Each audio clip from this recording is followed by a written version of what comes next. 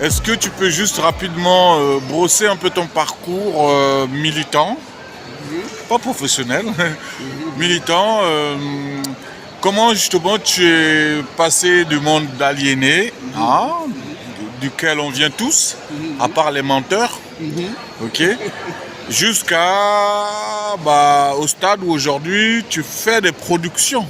Oui. Voilà, rapidement quoi, Oui, juste oui. rapidement. Tu vois, tu es encore gentil en disant aliéné parce que moi, il y a un mot de Cheikh Anta Diop que j'ai retenu. J'étais dans l'abrutissement le plus crasse Aïe. soit. Ok. Oui, un parfait abruti. Et pourtant, j'étais un diplômé de l'enseignement supérieur, professeur des lycées. Oh, ok. Mais lorsque je commence à découvrir Cheikh Anta Diop, je me rends compte que j'étais un parfait abruti. Hein, donc c'est plus fort encore que aliéné. Et figure-toi que pour que alors je ne vais pas être prétentieux en disant je suis sorti de l'abrutissement. Parce que j'avais 30 ans à peu près lorsque je croise la pensée de Cheikh Anta Diop. Et 30 ans d'abrutissement, ça ne s'efface pas comme ça du jour au lendemain, tu vois. Tout à fait. Oui, et donc je dirais avec toute la bonne volonté du monde, je dis, même si, comme tu viens de le dire, je produis des ouvrages sur l'Afrique de l'excellence, l'Afrique des Lumières, il reste que une part de cet abrutissement est encore là dans mon subconscient. Oui. Et on n'est jamais complètement désaliéné de toute façon, à part les menteurs. À part les menteurs, Merci. nous sommes d'accord. Tout à fait. Et donc, figure-toi que j'ai mis, on va dire, ça se fait sur 2 ans. La première personne qui me parle de Cheikh Anta Diop, c'est mon grand frère, plus âgé que moi de 2 ans. Et c'était en avril 86. Ok. Il m'appelle au téléphone, à l'époque c'était le téléphone fixe. Et il me dit, j'ai un super livre à te présenter. Un livre dans lequel il est prouvé que ce sont les Africains qui ont inventé l'écriture, les mathématiques, les sciences. Waouh. Oui, et que cette Égypte pharaonique, immense, grandiose, c'était des Africains, des Noirs. Oh, ok. Ouais. Alors, moi, en parfait abruti, je lui ai ri au nez. Et puis, j'arrête pas de lui dire, bon, tu m'embêtes avec tes histoires là, à dormir debout. Donc, comment dire, laisse-moi tranquille. Au bout d'un quart d'heure, une demi-heure, maximum, il raccroche. Parce qu'il voit la crasse qu'il y a dans ma tête. C'est pas en quelques minutes qu'on pourra l'enlever. Et lui, on peut dire, il jette l'éponge. Mais presque 2 ans plus tard, je croise une nouvelle personne qui, comment dire, est plus jeune que moi. Ok. De 4-5 ans. Cette personne est encore étudiante. Ok. Tu vois, et elle me dit la même chose. C'est l'Afrique à travers Cheikh Anta Diop. Bien entendu, mon frère me l'avait dit, c'était Cheikh Anta Diop. Ok. C'était le livre Nation et Culture dont il voulait me parler, dont il me parlait. Et, Waouh. Comment dire, En 86. 86, oui, Wow. premier contact. Oui. Ok. Et 2 ans après, donc, on peut dire au tournant des années 87-88, une autre personne vient me parler de ça, plus jeune, et j'aime bien insister là-dessus parce que, comment dire, on a très souvent cette idée que, bon, moi, je suis un aîné, et donc je sais. En plus, je suis enseignant, professeur, et donc on a le savoir. C'est ça. Eh bien, ce jeune-là, étudiant, m'a donné, je dirais, des leçons comme aucun grand professeur d'université ne m'a donné. Tu vois, mais ma tête était tellement dure, tellement encrassée que il a fallu 4 mois pour Wow. que, non pas il arrive à me convaincre, tu vois, mm. c'était quasiment mission impossible. Mm. Mais pour m'amener à aller lire, puisque, je dirais, il a beau m'expliquer en long, en large les choses, et je ne démords pas. Les Noirs n'ont jamais rien fait dans ce monde. On le saurait. Hein. Moi, à l'école, j'ai toujours été un très bon élève avec de très bonnes notes, notamment en histoire. Et c'est justement parce que je faisais ressortir la grandeur de l'Occident, de l'Europe, que j'avais ces très bonnes notes. Et à l'école, on nous dit la vérité, et c'est là le temple de la vérité. Mais tu bien vois. sûr. Oui. Eh bien, au bout de 4 mois, il arrive à me convaincre d'aller lire, pas me convaincre de ce qu'il disait, mais d'aller lire. Et figure-toi que... alors, il m'offre le livre, Ok. en plus, tu vois. Ah, Entre-temps, on est devenus amis. ok. Et donc, il me dit, bon, je t'offre le livre pour que tu puisses faire ta première lecture de chez Ok. Contadio. Ok. Et dès les premières lignes, je suis saisi. Je suis dans l'introduction. Je comprends que c'est quelque chose que je n'ai jamais eu entre mes mains. Alors, non seulement, on pourrait dire,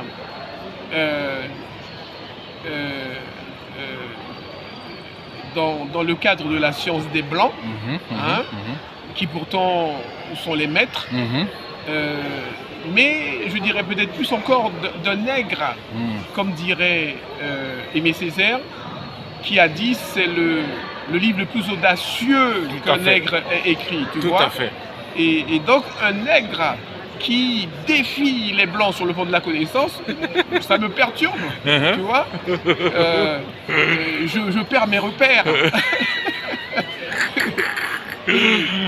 Donc, figure-toi que mon envie, dès que je suis saisi par l'introduction, eh bien, c'est de lire ça vite pour arriver jusqu'au bout du livre et puis enchaîner avec le suivant. Oh, Oui, waouh. oui, oui. Waouh. Tu vois, et au bout de Pourtant, il 6 n'est pas mois- facile à lire. Hein. Alors, Enfin, il n'est pas facile, tu ouais. as raison, mais moi, c'est pas, je dirais, la crasse que j'avais accumulée qui m'a aidé à, je dirais, percevoir, même si je ne comprenais pas tout, parce que tout à fait. il faut lire et relire chez Contadio Tout à fait. pour le Tout à comprendre. fait. Mais c'est que le frère, l'ami, là, qui pendant 4 mois ne me lâche pas, c'était au centre Georges Pompidou, Oh, ok. où j'allais, tout en étant enseignant, j'allais quand même étudier pour l'agrégation d'économie et de gestion. Et donc, c'est là qu'on se voyait pratiquement, alors pas tous les jours, mais bien 3-4 jours dans la semaine. Et lorsque c'était les vacances, on se voyait tous les jours. En fin de journée, à 21h, 22h, heure de fermeture du centre Georges Pompidou, eh bien, on restait à discuter, parfois jusqu'au dernier métro, Ok. tu vois. Et lorsque c'était le dernier métro, eh bien, on se séparait. Mais arrivé chez nous, on s'appelait pour poursuivre la discussion, surtout qu'à l'époque, en 86, le téléphone, c'était gratuit, c'était 40 centimes pour, dans l'Île-de-France, tu appelais pour D'accord. le temps que tu voulais, tu appelais D'accord. 40 centimes, c'était Wow, comme ça. Oui. ok. Donc figure-toi, on pouvait encore rester 2 heures, 3 heures au téléphone, et donc avec ce risque de dormir, de ne pas dormir, tu vois. Tellement j'étais maintenant accroché. Donc il m'avait préparé, c'est ça je veux te dire. Même si j'objectais à chaque fois, il n'empêche que mon cerveau enregistrait tout ce qu'il disait. Donc lorsque je lisais Nation d'agriculture, pour moi c'était du connu déjà, du fait qu'il m'avait bassiné, je te dis, pendant 4 mois. Oui. Tu vois, oui. c'est ça qui m'a aidé à lire, je dirais, de manière continue toute la collection de chez Contadio, parce que moi je me dépêchais d'aller acheter les autres. Et lui, justement, il m'accompagnait pour me dire, tiens, voilà, c'est là, tu Waouh. prends. Tu vois, il m'a pris par la main. Tu peux dire son nom parce que Oui. là, il mérite d'être connu quand même. Alors, effectivement, c'est vraiment quelqu'un d'extraordinaire. C'est Éric Caberia, Ok. un jeune Guyanais à l'époque. Ok. Maintenant, comme moi, on a pris quelques décennies, on va dire. Mais c'est lui, donc Éric Caberia, qui donc préparait des études d'ergonomie. Et donc voilà, c'est cet ami-là. Ok. Ouais. Très bien. Et donc, je lis en 6 mois tous les ouvrages de Cheikh Anta Diop. Bien entendu, sauf... Alors, je lis, je dirais, je survole la partie linguistique. Ouais. Puisque... Très technique. Oui, très technique. Et puis, même si on a ce qu'on appelle le créole, mais on l'a renommé depuis parce qu'on a compris que c'est pas nous, ça, ce terme-là. Donc, certains l'ont appelé Woussikam, pour dire la langue des Africains. Et même si on a donc cette langue encore... D'autres comme Amam Azama l'ont appelé Afroka. Afroka, ouais. D'accord. Woussikam, c'est un certain oui, je Djoula, vois. Oui, tout à fait. qu'il a nommé ainsi. Il y a d'autres appellations aussi pertinentes. Et donc même si on a encore cet héritage africain du point de vue de la langue, il reste que, comment dire, c'est une étude très fouillée. Et moi, je voudrais tenter de dire quand même qu'il y a un écart qui s'est produit entre cette langue et les langues, surtout, j'allais dire anciennes. Et de là, je te dis, bon, j'ai vraiment survolé la partie linguistique. Et sinon, tout ce qui pouvait se lire, je dirais pour quelqu'un qui avait une culture normale, je l'ai fait. Tu vois. Donc en 6 mois, j'avais fait le tour de ces ouvrages. Mais je dois te dire que lorsque je revenais sur un de ces ouvrages, eh bien, je découvrais tout autant que la première fois. Et notamment le livre qui m'a le plus impressionné, c'est l'unité culturelle de l'Afrique noire. Oh, ok. C'est celui-ci. Même si on présente très souvent civilisation et barbarie comme le summum de son travail, et nation d'agriculture comme le livre de départ, culte, il n'empêche que moi, celui qui m'a, je dirais, le plus permis d'aller au fond des choses, c'est l'unité culturelle de l'Afrique noire. Voilà. Et donc, mon parcours, c'est ça, à ses débuts. Alors, dans le même temps, ces années 88, 89, 90, mais dès 88, je dirais, est-ce que je dois dire je rencontre? Non, mais je peux bénéficier, je vais dire, des enseignements de Jean-Charles Covy-Gomez. Ok. Parce que lui, dans le même temps aussi, il était très souvent présent devant le centre Georges Pompidou. Il allait aussi sans doute étudier à la bibliothèque, mais il faisait partie d'un groupe de peut-être 5-6 Africains qui restaient devant le centre très tard et qui faisaient des discours sur les travaux de Cheikh Anta Diop. Donc c'est ainsi que je découvre également ce brillant frère. On est dans les années 88. 88, 88, ça va continuer en 89. Mais en même temps, est déjà créé le BINACAD, Mouvement international négro-africain, par les frères Djibril, je crois aussi Guy Numa et d'autres encore, des aînés. Djibril Ning et Guy Numa. Je crois que c'est dans la foulée de la conférence de Cheikh Anta Diop au centre Georges Pompidou. Ça s'est fait en juillet ou août ou juin, j'ai plus exactement le mois en tête, 1985. Et donc, dans la foulée se crée le BINACAD. Et donc, je ne sais plus par quel biais précisément, eh bien j'arrive au Minacad et là je peux bénéficier en permanence des enseignements alors je l'appelle dès cet instant-là professeur, le professeur Jean-Charles Covy-Gomez. Et ça pendant 4 ans, donc de 88 à 92, je suis au Minacad. Un peu, tu vois, comme on nous montre, on nous dit dans la Grèce antique, les disciples suivaient le maître. Donc nous, c'est pareil, on était toujours à côté de lui pour, je dirais, collecter le maximum d'informations. Après, je me retrouve à Sarcelles, où, avec, je dirais, des amis plus chevronnés que moi, on va dire en politique, on va créer l'association Afrique-Caraïbes. Oui, dont l'objet est, je dirais, initialement d'encadrer les jeunes de la communauté à Sarcelles, collégiens, lycéens, leur faire profiter d'un soutien scolaire dans les matières de base, mathématiques, français, anglais, en particulier. Et là, pendant 3-4 ans, on va faire un travail de terrain. Il y a moins, je dirais, tout le savoir théorique.